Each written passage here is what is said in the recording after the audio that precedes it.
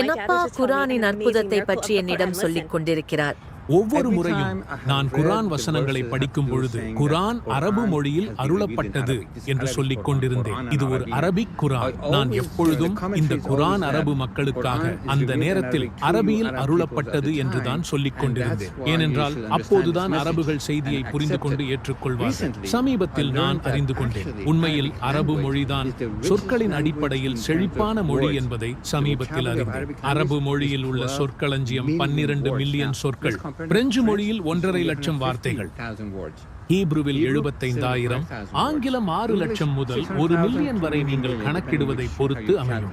ஆனால் அரபு மொழி 12 மில்லியன் சொற்களை கொண்ட உலகின் செழிப்பான மொழியாகும். மேலும் இது அல்லாஹ்வின் ஞானத்தை காட்டுகிறது. எனவே குரானை அரபு மொழியில் இறக்கியிருக்கிறான். சுபஹானல்லாஹ். இது ஆச்சரியமாக உள்ளது. அல்லாஹ் பெரியவன். முன்பை விட இந்த குரானுக்காக நாம் அல்லாஹ்விடம் நன்றி உள்ளவர்களாக இருக்க வேண்டும்.